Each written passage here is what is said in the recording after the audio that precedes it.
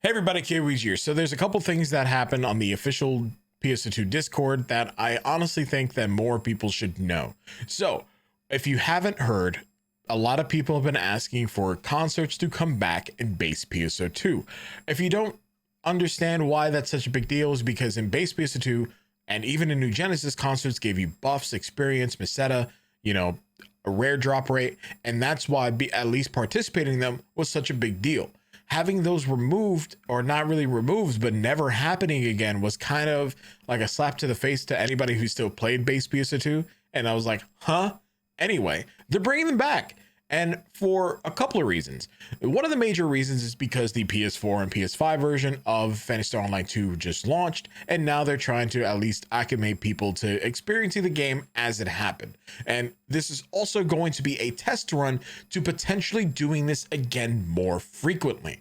So I'm hoping that this is something that they can do more frequently, because it will be exciting to at least be able to experience, Phantasy Star in its full glory. And I mean full glory, because without this, having the additional meseta, rare drop, and experience boosts, it's kind of all right. But it's just, there's something about the way that base PS2 handled its concerts that felt way better than what New Genesis does. This is like, oh, well, you're just a boomer. Yeah, a little bit actually. But anyway, there's also something else happening as a result of this. During this time, they were like, hey, here's the schedule. So they actually gave us the schedule ahead of time. It's available on their official Discord. I'll be leaving a link down in the description below to their Discord. It begins on September 14th at 7 a.m. Eastern, and then all the way until September 20th at 1:30 a.m. Eastern. Right. And that's basically the live concert, urgent quest schedule. So this is going to be exciting for a lot of players. You'll have more than enough time to experience all, if not most, of the concerts that are available. And then you can set your clocks and alarms to them if you so please, because they're scheduled, which is something that's really nice. One other thing to keep in mind is that in this time, they decided they wanted to give us some other information.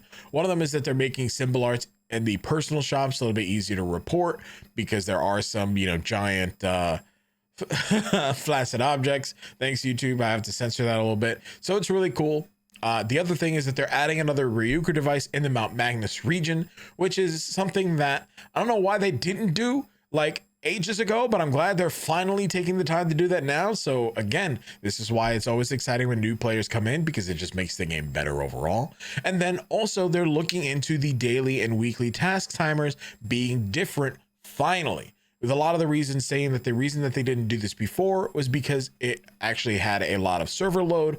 So they're considering matching the update times as closely as possible in the future, so that way they can also see if that's going to continue having the same server load problems that they already do or did. So eventually that might change as well, and that everything might just be uniform, which would be thank God for me, because then I can just log in, do my daily and weeklies, and not have to worry about it being at two different times. But anyway, so this is exciting news for a lot of base PS2 players. This is exciting news for a lot of people who are not just now coming back or starting the game, because at least this shows that Sega is trying to let people enjoy the game.